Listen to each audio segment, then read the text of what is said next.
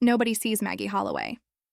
She glides through the hallways of Hawthorne and Beck like a ghost, pushing her cleaning cart between sleek offices and indifferent faces.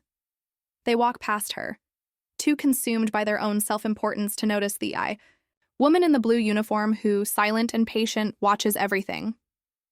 But what they don't know is that Maggie isn't just a janitor. She is the company's largest shareholder, the true owner of this empire that disregards her, and she's about to change everything. Night has fallen over the city, yet the hallways of Hawthorne and Beck remain brightly lit. Maggie pushes her cart of cleaning supplies, a ritual repeated night after night.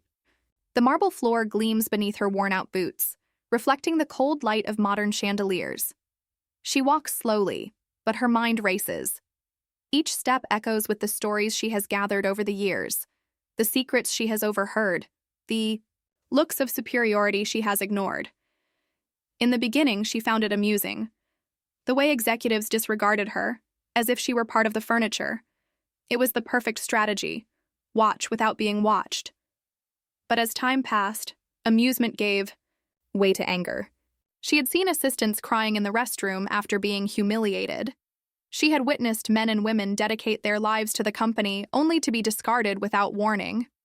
She had watched Rick Calloway turn Hawthorne and Beck into his personal kingdom, where fear ruled and loyalty was a privilege. Maggie stops in front of the grand conference room.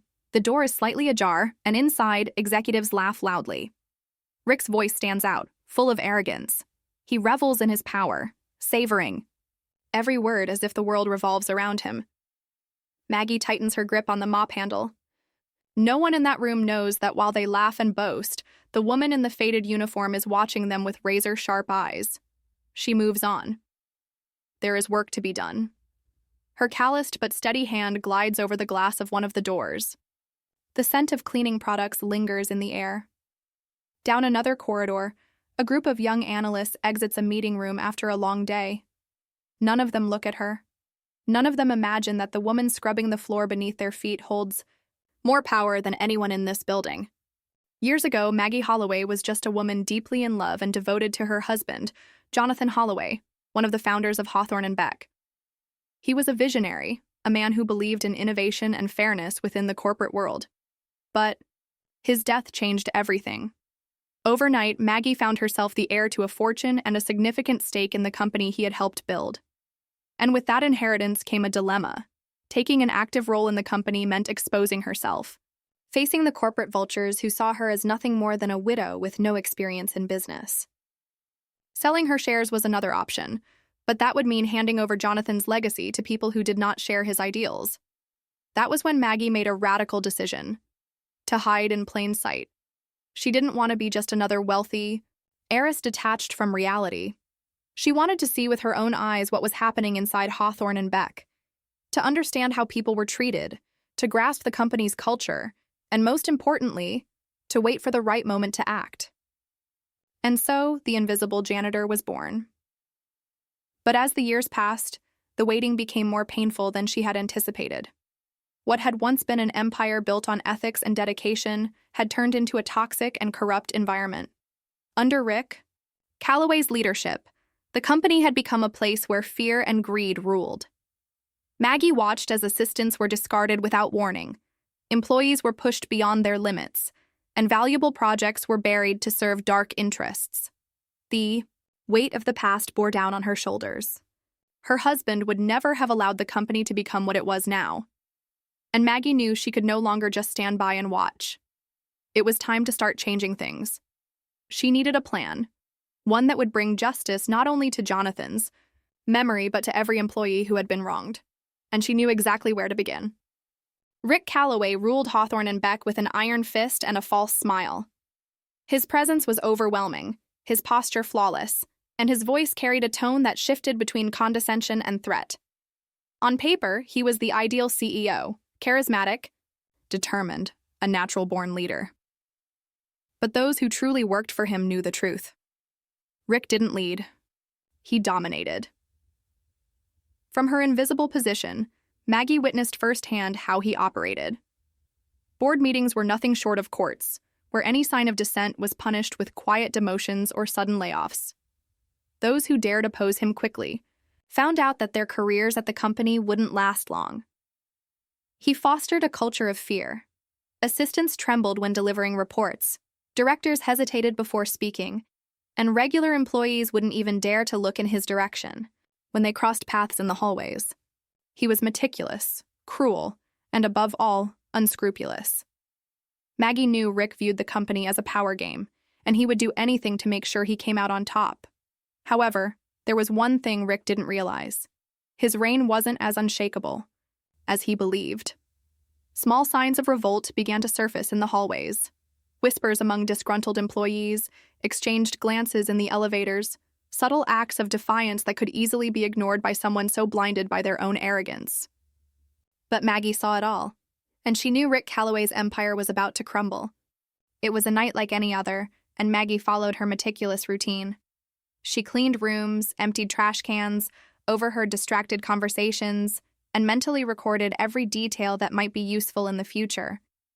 But that night, something different happened. As she entered one of the financial director's offices, her attention was drawn to a folder left open on the desk. Reports with inconsistent numbers, contracts signed with shell companies, and transfers to offshore accounts. Fraud. And it wasn't a small scheme, it was a multi-million-dollar operation. Rick Calloway's name appeared on almost every document. Before she could process it all, muffled voices caught her attention. She quickly stepped back and hid behind a bookshelf. Two men entered the room, Rick Calloway and one of the senior directors. The conversation was brief, but deadly. An employee had tried to report the irregularities and now faced the consequences. Maggie froze. This wasn't just corruption. This was a direct threat. And she knew she couldn't wait any longer. It was time to act. Maggie spent weeks gathering evidence, photographing documents, recording compromising conversations. Every detail, every number, every name. She knew one mistake could ruin everything, so she moved with surgical precision. For years, she had been ignored and underestimated. Now she would use that to her advantage. She used her routine at the company to collect information without raising suspicion. The cleaning cart hid a small camera, strategically placed to record everything that happened in the empty rooms. Her uniform had internal pockets where she kept copies of crucial documents. Each night was a new piece added to the puzzle, new evidence against Rick Calloway and his empire of corruption. But Maggie knew that mere evidence wouldn't be enough. Rick was powerful, and he wouldn't fall without a fight. That's when she sought out experts, lawyers and journalists willing to expose the scandal. She created a detailed dossier, organizing everything in an irrefutable manner. Every wrongdoing, every illegal transaction, every testimony from employees who, like her, wanted justice but feared retribution. At the same time, she maintained her facade. She continued cleaning the hallways, keeping her head down and acting like the invisible janitor. But now, every movement had a purpose. Each action brought her closer to the decisive moment. The date of the major shareholder meeting was approaching. It was the perfect setting for her revelation. The room would be full, with attention focused on the company's numbers and projections. Rick Calloway would boast about his achievements, and the directors would applaud him as always. But this time, Maggie wouldn't stay in the shadows. She had a plan, and soon, no one would be able to ignore her. The big day had arrived. Maggie woke up before dawn, her heart pounding in her chest, but her expression remained serene. For years, she had been invisible, an unnoticed piece on the Hawthorne and Beck chessboard. Today, that would change forever. The conference room was packed. Well-dressed executives took their seats around the long mahogany table, while shareholders and directors conversed in hushed tones, awaiting the start of the presentation. Rick Calloway, as always, was at the center of attention. With a confident smile, he adjusted his tie and stepped up to the podium to begin his speech on the company's continued success. Maggie waited patiently. Her hands gripped a folder, inside of which were the pieces of evidence she had meticulously gathered. The right moment came when Rick, with his usual arrogance, opened the floor for questions. Before anyone could speak, Maggie stood, all eyes turned to her. Some executives furrowed their brows, not recognizing her at first. My name is Margaret Holloway, she said, her voice firm and clear. And I am the largest shareholder of this company. The shock in the room was palpable.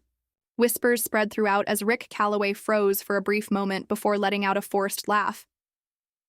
This must be a mistake, he said, trying to regain control. But Maggie had already anticipated his reaction. Calmly, she opened the folder and spread the documents across the table. Here is the evidence of financial fraud, illegal contracts, and embezzlement, Maggie continued. Rick Calloway not only deceived investors, but also turned this company into a toxic and corrupt environment. And today, it all ends. The room was plunged into complete silence, which was soon broken by a growing buzz. Shareholders flipped through the documents, some widening their eyes upon reading the details of the suspicious transactions. The board exchanged tense glances, realizing there was no way to ignore what was in front of them. Rick tried to intervene, but his voice now sounded shaky. This is absurd. There is no concrete evidence. This is a desperate attempt to— Everything has been verified by experts and lawyers, Maggie interrupted. If you doubt it, journalists have already received copies of the dossier, and the official complaint is on its way to the authorities. A heavy silence fell over the room. Then, one of the most influential shareholders cleared his throat and spoke. I suggest an immediate vote on Mr. Calloway's position as CEO. Rick Calloway turned pale. His eyes scanned the room, searching for allies, but found only uncertain or cold faces. The unthinkable was happening. Maggie watched, impassive, as hands were raised one by one. The result was unanimous. Rick Calloway was out. Security was called to escort him out of the building. As he passed by the room, Maggie held his gaze. There was no hatred in her eyes, only the certainty that justice had been served. When the door closed behind the former CEO, Maggie took a deep breath. The silence now felt different. It was no longer the silence of oppression, but that of change. And for the first time in a long time, she felt truly visible. Homini Sayaru.